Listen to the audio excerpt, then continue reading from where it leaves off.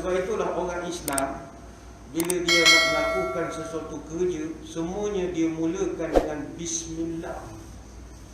Apa makna Bismillah? Dengan nama Allah, bersama nama Allah, dia gantungkan pekerjaan itu kepada Allah.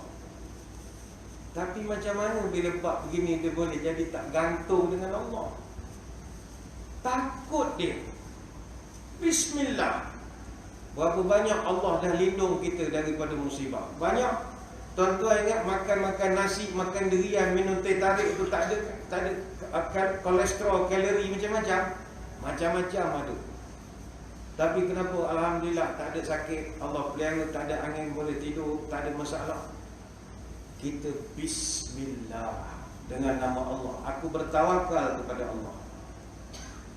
Sebab itu Nabi Ibrahim AS ketika dia dibakar di dalam api, apakah yang menjadi penyelamat kepada dia? Tawakal dia kepada Allah.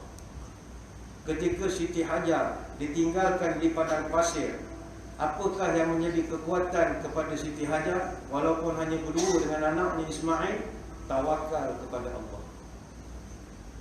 Maryam ketika ditinggalkan di biara seorang diri, tapi bagaimana dia boleh survive, boleh hidup, ada makan yang dihantarkan kepada dia. Apa sebab? Tawakal. Orang tawakal tak pernah gagal. Hanya orang yang tak confident saja dengan mewakilkan sesuatu kepada Allah, dia akan mengalami kegagalan. Sebab itulah para ulama mengatakan, orang yang betul-betul tawakal kepada Allah, Allah berjanji orang ni masuk surga tanpa hisab.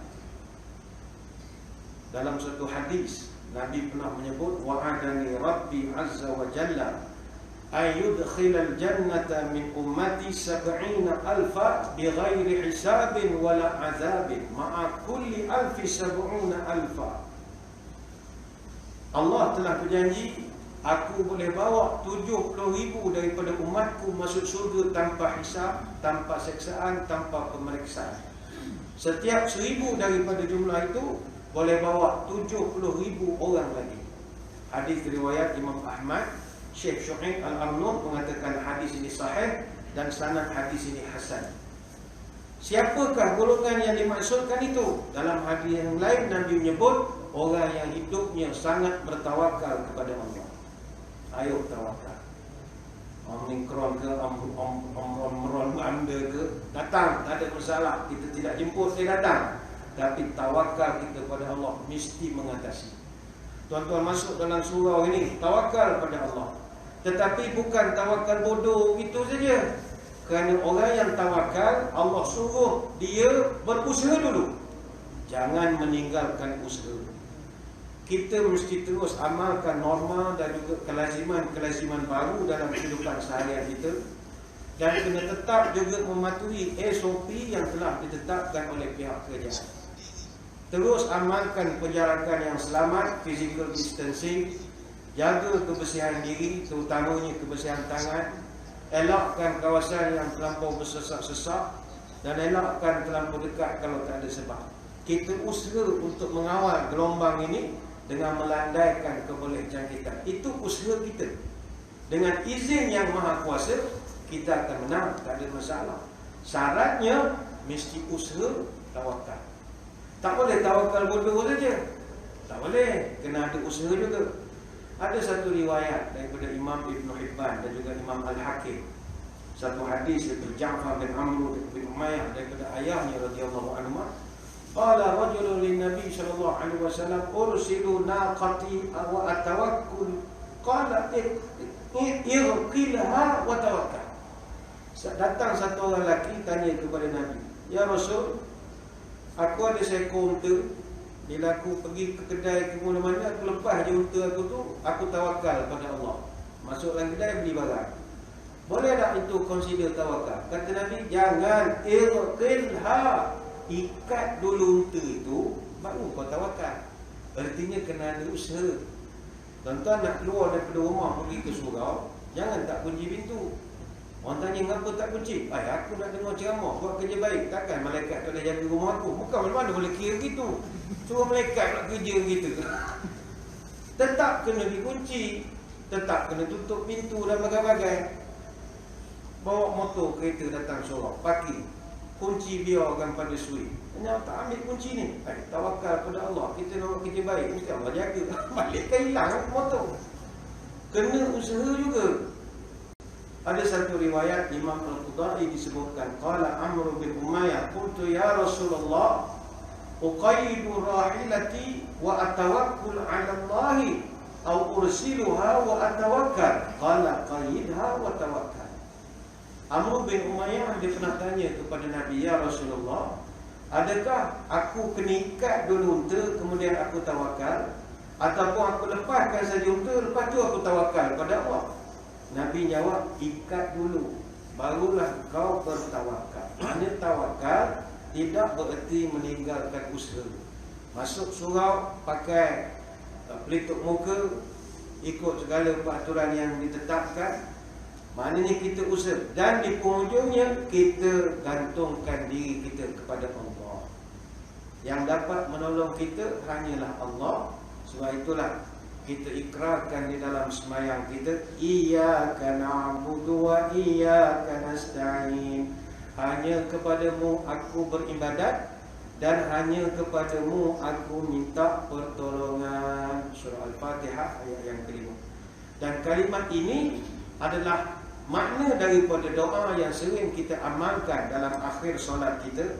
Allahumma a'inni ala dzikrika wa syukrika wa husni ibadatik. Ya Allah, tolonglah aku supaya dapat sentiasa berzikir kepadamu, bersyukur kepadamu dan beribadat kepadamu. Hadis riwayat Abu Dawud. Sebab kita takkan dapat mengelakkan keburukan, bahkan kita tak dapat melakukan kebaikan kalau tidak ada izin daripada Allah. Itu sebablah bila azan, kita break untuk azan. Kita break untuk azan. Dan kita break sekejap. Kita break sekejap untuk azan. Masa azan, kita dituntut oleh agama untuk menjawab mengikut apa yang dibacakan oleh muazzin. Allahu Akbar, Allahu Akbar. Kita ya Allah, Allah. Asyhadu la ilaha illallah. Tapi bila sampai hayya 'alas solah, apa jawapan kita? La haula wala quwwata illa billah. Tawakal kita pada Allah. Tidak ada daya, tak ada upaya melainkan dengan izin Allah. Apa sebab? Allah nak didik kita supaya jadi orang yang gantungkan hidup pada dia. Hatta sembahyang pun belum tentu kita boleh laksanakan kalau tanpa izin daripada Allah. Sebab itulah kita membaca la haula wala quwwata illa billah. Sebab itu tuan-tuan sekalian, Rasulullah SAW mengibaratkan tawakal seperti perilaku burung. Burung itu dah masuk dah azan belum? Sikit lagi.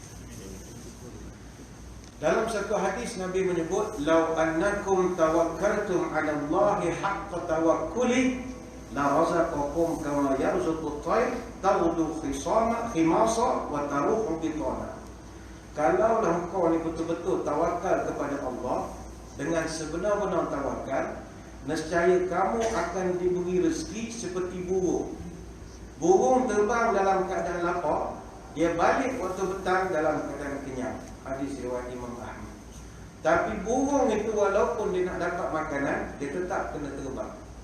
Kalau sekadar duduk saja dekat sarang dia, tak ada orang nak beri dia makan. Artinya usaha tawakal akan dapatlah rezeki. Ada satu orang ulama, dia pernah bercerita, dia ni kalau berdoa, orang selalu dengar dia membacakan doa, Allahumma rzuqna kama tarzuqul bughas. Ya Allah, berikanlah aku rezeki sebagaimana engkau berikan rezeki kepada bughas. Apakah burung bughas ini? Bughas ini apa? Sejenis burung. Daripada jenis apakah burung ini? Yang ini saya akan terangkan kemudian, kerana kita nak memberi laluan dulu kepada azan Isya. Jadi tuan-tuan semua jalan ke mana-mana, kita akan kembali selepas ini.